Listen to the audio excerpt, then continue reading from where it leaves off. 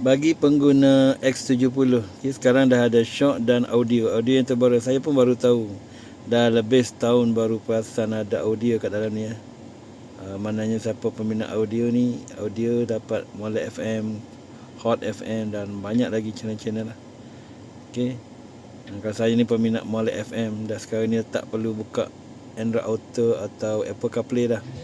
Mana sini pun dah ada. Okay, caranya senang je. Kalau siapa yang belum install lagi, okay, first pergi kat sini. Okay, klik sini, buka App Store. Terus pergi pada kategori yang dia akan keluar kat sini.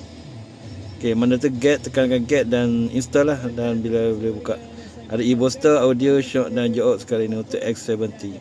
Yang X50 dengan X70 saya tak pasti, mungkin. Dan X90 you boleh check sendirilah. Kok mungkin ada sama kot. Okay, open terus dapat Molek FM. Okey, selamat mendengar Audio Plus tanpa menggunakan Apple CarPlay dan Android Auto. Cantik.